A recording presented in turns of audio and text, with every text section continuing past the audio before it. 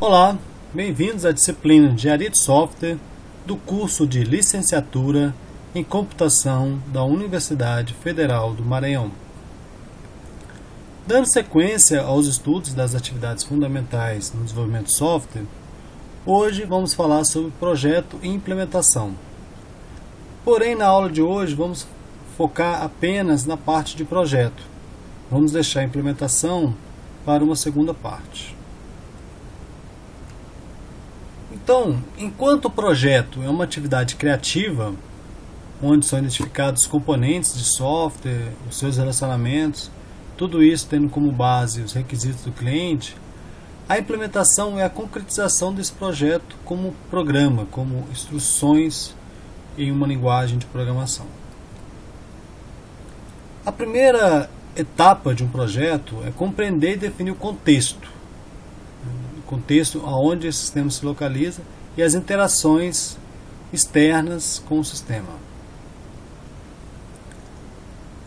Segundo Somerville, então esse é o primeiro estágio de qualquer processo de projeto de software, e por ele a gente vai começar a compreender melhor o relacionamento entre o software que está sendo projetado, sendo desenvolvido, e o ambiente externo, seja ele outros sistemas de software ou hardware, seja ele pessoas.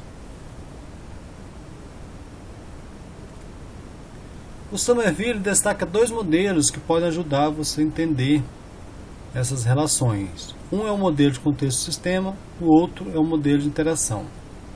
O modelo de contexto-sistema, ele é um modelo estrutural, e demonstra de forma estática os outros sistemas no ambiente do sistema a ser desenvolvido. Por exemplo, em estação meteorológica, a gente pode ter outros sistemas, como sistema de controle, satélite, sistema de informações meteorológica. Podemos indicar aqui a cardinalidade, por exemplo. Uma estação meteorológica lê dados de um satélite, mas esse satélite pode enviar dados para uma ou mais estações meteorológicas. O outro tipo de modelo é o modelo de interação. Esse já é um modelo dinâmico, que mostra como o sistema interage com o ambiente quando ativo. Por exemplo, esses modelos de caso de uso são exemplos de diagramas que representam essa interação. Então, por exemplo, o sistema de controle, o que ele é capaz de fazer? Reiniciar, desligar, reconfigurar, economizar energia e controlar remotamente. A outra etapa é o projetar a arquitetura de um sistema. Segundo Somerville, o projeto de arquitetura está preocupado com a compreensão de como um sistema deve ser organizado e também com a estrutura geral do sistema. É interessante observar que a arquitetura é o elo crítico entre o projeto, essa parte de design, e a engenharia de requisitos. Então, nele que a gente vai começar a identificar, e a arquitetura tem um impacto muito direto, principalmente nos requisitos não funcionais.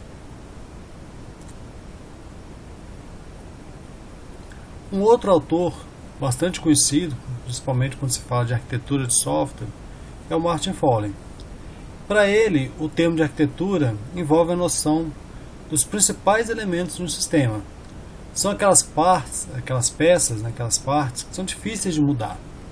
É uma fundação na qual o resto precisa ser construído. Então, a arquitetura de software tem que ser algo muito bem feito, muito bem projetado, porque depois a gente vai ver mais à frente, para mudar tem que fazer uma nova reengenharia de todo o sistema. E isso poderia parar todo o negócio, e dificilmente a gente consegue parar esse sistema. Então, pense bem, e trate com bastante cuidado essa fase que é a arquitetura.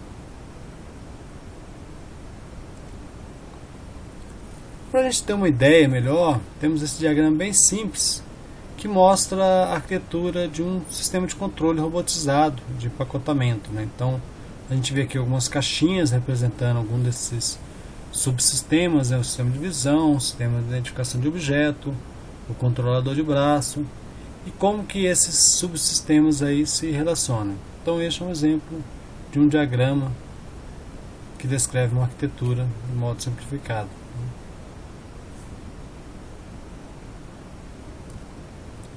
Ainda sobre arquitetura, é interessante observar que existe alguns padrões de arquitetura, né?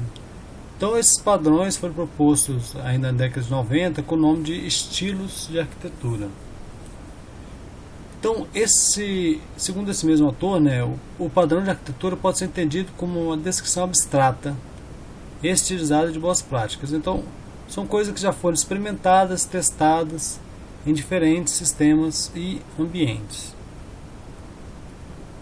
Aqui, o Somerville apresenta alguns exemplos, né, de padrões de arquitetura, como arquitetura em camadas, arquitetura de repositório, cliente-servidor, duto e frio. Então, depois da etapa de projeto e arquitetura, vem a parte de identificar os principais objetos do sistema.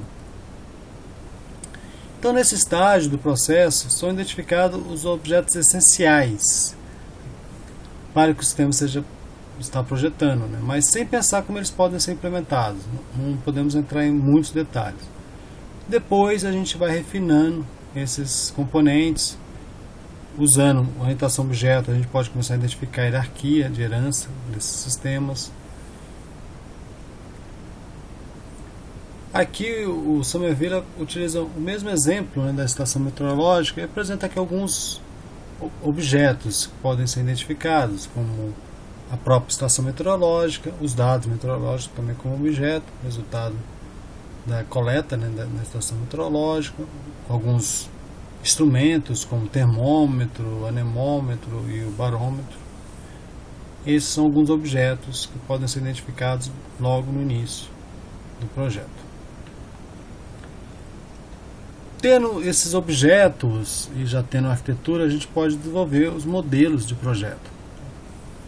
Então, os modelos agora é a ponte entre os requisitos do sistema, né, que são escritos num nível de abstração muito alto, e o código, né, que define como o sistema realmente vai operar e possui um nível de abstração muito baixo.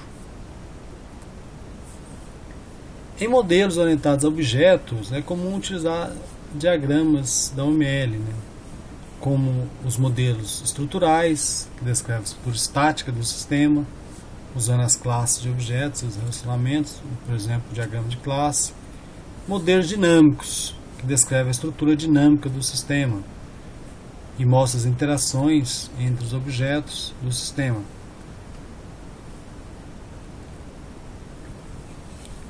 Agora, por fim, ainda nas etapas de um projeto, vamos para a etapa de especificar as interfaces. Então, a especificação de interface possibilita que objetos, uma grande vantagem dela é que os objetos e os subsistemas possam ser projetados em paralelo. E aí você assume, por exemplo, que uma interface tenha sido especificada, os desenvolvedores de outros objetos podem supor que ela já foi implementada, então você vai comunicar ela. Então, pense a interface como a forma que os seus objetos e componentes se comunicam. Somerville também apresenta aqui duas interfaces, né, que podem ser definidas numa estação meteorológica. E aqui temos os elementos, né, nesse caso a interface com as operações que pode ser feita com cada um desses elementos. Por exemplo, relatório, posso relatar clima, relatar status, e eu posso controlar remotamente alguns dos instrumentos. Então agora sim, a gente encerra essa primeira etapa, essa primeira parte. Até a próxima, quando falaremos um pouco mais sobre a parte de implementação. Bons estudos!